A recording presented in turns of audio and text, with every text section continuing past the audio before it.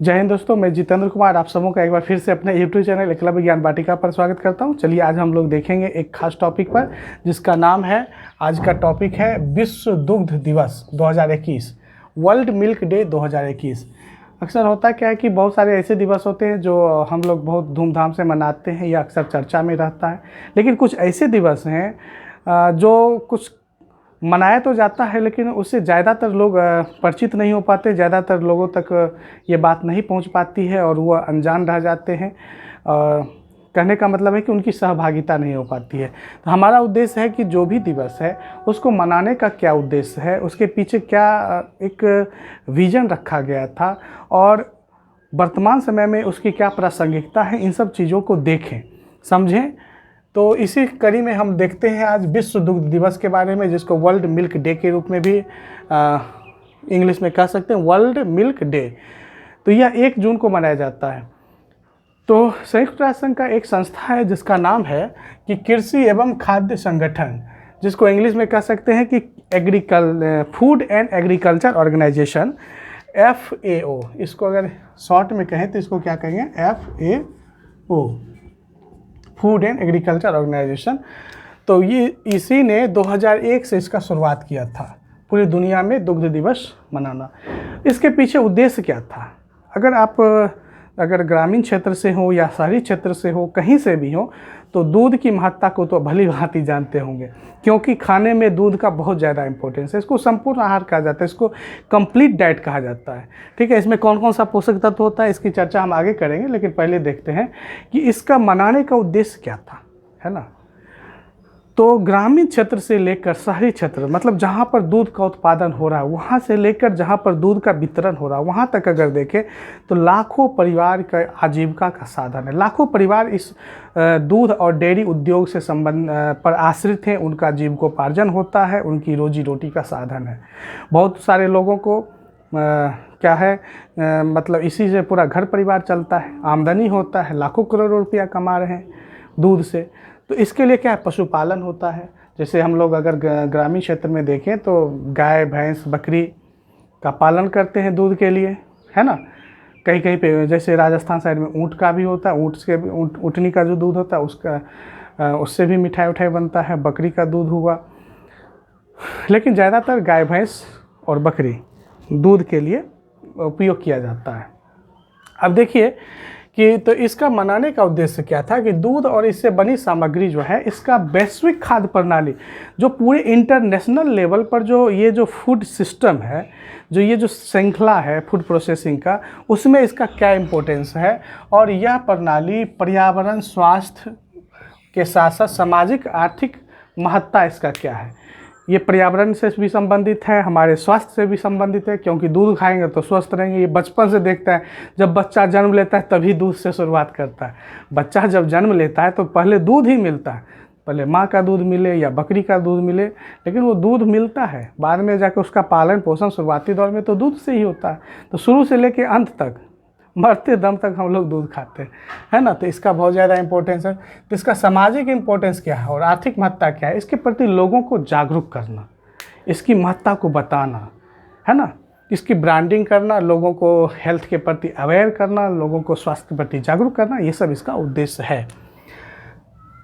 तो अगर देखें तो इसमें जो पोषक तत्व है, इसमें जो न्यूट्रिएंट है, यहाँ पर हमने लिखा है पोषक तत्व, तो यह संपूर्ण आहार माना जाता है, कंप्लीट डाइट। इसमें देखिए कौन कौन सा है न्यूट्रिएंट। देखिए न्यूट्रिएंट की अगर चर्चा करें तो इसमें vitamin A, B, D, E, K ये सब है। इसके साथ साथ क्या है, मैग्नीशियम, आयोडीन, फास्फोरस, कैल्शियम, खनिज लवण और प्रोटीन, आयरन, ये सब कुछ है। प्रोटीन तो है ही, प्रोटीन पर्याप्त है। इसमें एक विटामिन है जो नहीं होता, जिसको विटामिन C कहते हैं, है ना। विटामिन C इसमें नहीं पाया जाता, ये साइट्रस फ्रूट में पाया जाता है विटामिन C, जो खट्टा वाला फल होता है, जैसे नींबू हुआ, आंवला हुआ, उसके बाद संतरा हुआ, ये सब जो खट्टा वाला है ना, साइट्रस, उसमें पाया जाएगा, इसमें नहीं पाया जाएगा। अब देखिए तो पूरा दुनिया में मनाया जा रहा है हर एक साल। क्या है, इसका एक थीम रखा जाता है।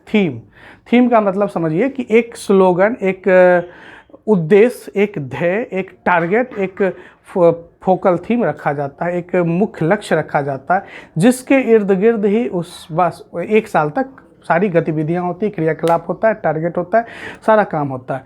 जैसे इस बार का थीम क्या है? पर्यावरण, एनवायरनमेंट, पोषण और सामाजिक आर्थिक सशक्तिकरण के साथ साथ डेयरी क्षेत्र में स्थिरता। कहने का मतलब है इसमें क्या क्या लिया गया है? पर्यावरण, पोषण और सामाजिक आर्थिक क्षेत्र। सामाजिक आर्थिक क्षेत्र में सशक्तिकरण, लोगों को मजबूत करना है। और इसमें सस्टेनेबिलिटी कैसे आएगी, लोग सस्टेनेबल कैसे हो पाएंगे, ये डेयरी उद्योग कैसे सस्टेनेबल हो पाएगा, उसमें स्थिरता कैसे आएगी, इन्हीं सब मुद्दों पर बात करनी है। इसी के लिए रणनीति बनानी है और इसी के लिए काम करना है। ठीक है, तो देखिए, तो बचपन से दूध खा के बड़े हुए हैं, कोई गाय का दूध, कोई भैंस का दूध, कोई बकरी का दूध। लेकिन यहाँ पे हम गाय भैंस तो देखते हैं, लेकिन यहाँ पे बकरी के दूध का आज हम मुख्य रूप से चर्चा करेंगे। और बकरी का दूध का इसलिए चर्चा करेंगे क्योंकि बकरी ग्रामीण भारत में आजीविका का मुख्य साधन है। इसे गरीबों का एटीएम कहा जाता है। बकरी को गरीबों का एटीएम कहते हैं। जब आपको 1000-2000 रुपये की ज़रूरत है, एक बकरी बेच दीजिए, 1000-2000 उपलब्ध हो गया। गरीब से गरीब आदमी है वो भी बकरी को पाल सकता है। और बकरी के नस्लों में सुधार करने के लिए बकरी से संबंधित जो उद्योग है या बकरी पालन है, इन सब चीज़ों के, बकरी का स्वास्थ्य है, तो इन सब चीज़ों को और ज़्यादा इम्प्रूव करने के लिए मथुरा में रिसर्च सेंटर भी है, बकरी रिसर्च सेंटर है ना। तो बकरी को क्या करता है? गरीबों का एटीएम। आप देखेंगे कि ग्रामीण क्षेत्र में जो सबसे गरीब व्यक्ति होगा उसके भी घर में 2 बकरी होगा और उससे वो अपना रोजी रोटी भी चला लेता है। घर में बच्चा है उसको दूध भी मिल जाता है। कई सारे ऐसे भी आपको व्यक्ति मिलेंगे जो बकरी का दूध पीकर बड़े हुए हैं। कई ऐसे व्यक्ति मिलेंगे जो जिनकी माँ बचपन में बकरी का बच्चा बेच कर उनको पढ़ाई लिखाई है, अभी अब वो ऊंचे स्थान पर पहुंच चुके हैं। तो ये गरीबों का एटीएम कहा जाता है। गरीबों का सबसे बड़ा आर्थिक गतिविधि में ये इनकी महत्ता होती है। किसका? बकरी का। तो बकरी के दूध की आज हम लोग चर्चा करेंगे। चूँकि इसकी चर्चा अक्सर ज़्यादातर लोग नहीं करते हैं या छूट जाता है, तो जो बिंदु छूट रहा है उसी पर आज हम फोकस कर रहे हैं। देखिए इसमें क्या है, इसमें पोषक तत्व देखें और न्यूट्रिएंट रेफरेंस वैल्यू जिसको NRV कहते हैं, तो इसमें कैल्शियम 30% होता है बकरी के दूध में। आप एक चीज़ देखेंगे कि जो ग्रामीण क्षेत्र से अगर होंगे तो उनमें देखेंगे जब बच्चा जन्म लेता है तो उसको बकरी का दूध पिलाया जाता है, या जब बच्चा का ग्रोथ होता है, शरीर विकास कर रहा होता है, तो उसको बकरी का दूध दिया जाता है। और जो बकरी का दूध पी लिया तो शरीर से मजबूत होता है, क्योंकि उसके शरीर में कैल्शियम है। और कैल्शियम से क्या होगा, ये जो हड्डी है किस चीज़ से बना है? कैल्शियम से ही बना है ना। तो ये कैल्शियम से हड्डी मजबूत होता है। पोटेशियम 17%, विटामिन 14% होता है ना। Chloride 38%, biotin 12%। इसके साथ ओलिगोसेकेराइड होता है। ओलिगोसेकेराइड क्या है? कार्बोहाइड्रेट है। तो ये प्रोबायोटिक की तरह काम करता है। प्रोबायोटिक का मतलब समझिए, जैसे आप इसको ऐसे समझिए, ये क्या है? ये इसको कहते हैं आमाशय, इसको कहते हैं आमाशय या स्टोमक, इंग्लिश में कहते हैं स्टोमक। अब जैसे दूध आया, खाना आया, जो भी यहाँ पे आया, उसके बाद यहाँ पे क्या छोटी आंत है, ये क्या है? छोटी आंत। तो इसके अंदर का वातावरण, इसको क्या कहेंगे? माइक्रोबायोम कहते हैं। अंदर का जो वातावरण, छोटा सा क्षेत्र का जो एक इन्वायरमेंट है, एक वातावरण है, वो सही होना चाहिए। जैसे किसी के पेट के अंदर का वातावरण सही नहीं है तो उसको पेट संबंधी बहुत सारी बीमारियां होती रहती है। और जिसको पेट में बीमारी है तो उसको तो पूरा शरीर ही चौपट होगा, क्योंकि खाना पचेगा, खाना डाइजेस्ट होगा, पोषक तत्व तभी तो ब्लड में जाएगा, तभी तो शरीर को पूरा न्यूट्रिशन मिलेगा। लेकिन अगर ऐसा नहीं होगा तो क्या होगा? शरीर कमज़ोर होगा, वो बीमारियों से ग्रसित रहेगा। तो ये इसमें बहुत सारे क्या होते हैं? माइक्रोब्स होते हैं, बहुत सारे सूक्ष्मजीव होते हैं। कहाँ पे? हमारी बड़ी आंत में। वो क्या करता है? फीकल मैटर तैयार करता है, जैसे इकोलाई है। अब उसके लिए क्या है कि ये अच्छा वातावरण तैयार करता है। और जो GIT है या डाइजेस्टिव सिस्टम जो है, पाचन तंत्र है, इसका जो भी पार्ट है, उसके अंतर का जो बायोम है, माइक्रोबायोम है, उसको सही सलामत रखता है, उसको अच्छा बनाता है। कौन? ओलिगोसेकेराइड। इसलिए ये अगर ये दूध, बकरी का दूध देते हैं तो पाचन भी सही होगा और शरीर भी स्वस्थ रहता है। उसके साथ साथ देखिए इसमें सोलेनियम पाया जाता है। सोलेनियम क्या होता है? अब देखिए सोलेनियम का ये ब्लड प्लेटलेट बनाने में ये मदद करता है। ब्लड प्लेटलेट की बात जब आई तो पहले जानते होंगे कि शरीर में रक्त है, खून है, और खून का 3 भाग है जैसा कि अक्सर हम बताते हैं। एक है आरबीसी, दूसरा है पार्ट है डब्ल्यूबीसी, और तीसरा है ब्लड प्लेटलेट। तो ब्लड प्लेटलेट जो होता है, तो आरबीसी का काम क्या है? ऑक्सीजन को ढोना। जैसे हम सांस लिए तो सांस लेने के बाद ऑक्सीजन कहाँ गया? फेफड़ा में। फिर फेफड़ा से तो शरीर के हर एक कोशिका तक जाएगा। अगर हर एक कोशिका तक नहीं जाएगा तो फिर फेफड़ा में ही बैठ कर ऑक्सीजन क्या करेगा? उसको तो पहुंचना है शरीर का पैर से लेकर सर तक, एक एक कोशिका में ऑक्सीजन जाएगा। और वो ऑक्सीजन को ढोकर कौन ले जाएगा? आरबीसी। क्योंकि आरबीसी के अंदर होता है हीमोग्लोबिन, और एक हीमोग्लोबिन 4 ऑक्सीजन के अणु को ढोकर ले जाता है ऑक्सी हीमोग्लोबिन के रूप में। ठीक है। डब्ल्यूबीसी क्या करता है? शरीर में सुरक्षा प्रदान करता है। हमारे शरीर में जो कोई भी रोगाणु प्रवेश कर जाए, पैथोजन प्रवेश कर जाए तो उसको मारता है, मतलब पुलिस का काम करता है। इसके अलावा देखिए प्लेटलेट क्या करता है कि ब्लड को थक्का बनाता है। अब मान लिया जाए कि हाथ यहाँ से कट हो जाए, कोई भी काम कर रहे हैं जैसे भी हो, या दाढ़ी बना रहे हैं उस समय कट जाए, कोई भी किसी कारणवश से अगर कट गया, फिर अगर ब्लड थक्का नहीं होगा तो क्या होगा? ब्लड सब निकलता चला जाएगा। तो ये ब्लड क्लॉटिंग में कौन मदद करता है? प्लेटलेट। आप देखे होंगे कि डेंगू का पेशेंट होगा या अनवायरल जो भी वायरस से संबंधित बीमारियां हैं, तो ज़्यादातर देखिएगा डेंगू के पेशेंट में देखिएगा प्लेटलेट काउंट कम हो जाता है। ऐसे होना चाहिए नॉर्मली 1.5 लाख से 4.5 लाख पर क्यूबिक, लेकिन उसका 50,000 या उससे भी नीचे आ जाता है। तो उस समय डॉक्टर क्या सलाह देते हैं? आप बकरी का दूध इसे पिलाइए, कहीं से भी उपलब्ध कीजिए, लेकिन इसको बकरी का दूध दीजिए। अगर बकरी का दूध मिल जाता है और वो पेशेंट बकरी के दूध का सेवन करता है तो क्या होता है? ब्लड प्लेटलेट का काउंट बढ़ जाता है। ब्लड प्लेटलेट जैसे ही बढ़ेगा तो क्या होगा? डेंगू ठीक होगा। ठीक है। उसके बाद इसमें एंटी इन्फ्लामेटरी प्रॉपर्टीज पाया जाता है। एंटी मतलब विरोधी, और इन्फ्लामेटरी मतलब इन्फ्लामेशन का मतलब तब फूलना, मतलब शरीर के अंदर जो पेट उट में कहीं भी सूजन होगा, फूलेगा, उसको रोकता है कौन? बकरी का दूध। सुपाच्य होता है।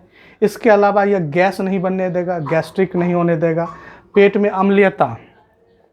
अम्लीयता को रोकेगा। जैसे ऐसे जानिए ये जो स्टोमक है, यहाँ पे अम्ल होता है जिसका नाम है हाइड्रोक्लोरिक एसिड HCl।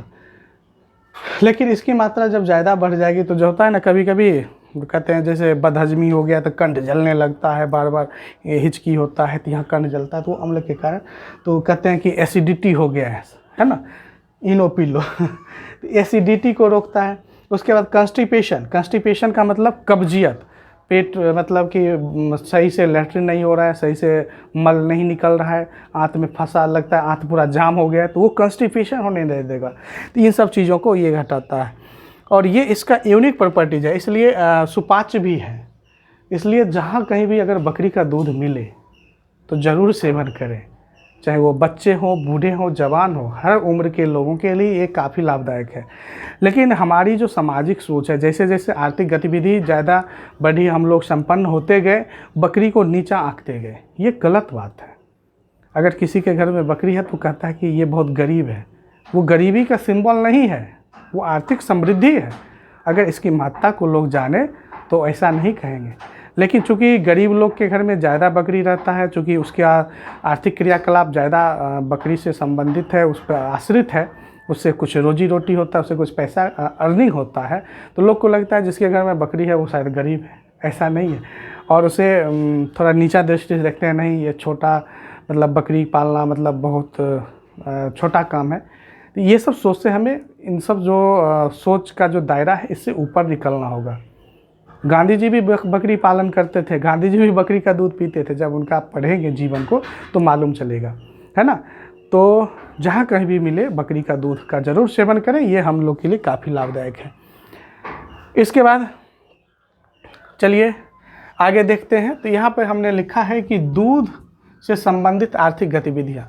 तो दूध एवं डेयरी से संबंधित जो भी आर्थिक गतिविधियां हैं, थोड़ा इसको देखें कि भारत और पूरे विश्व स्तर पर इसका क्या महत्ता है।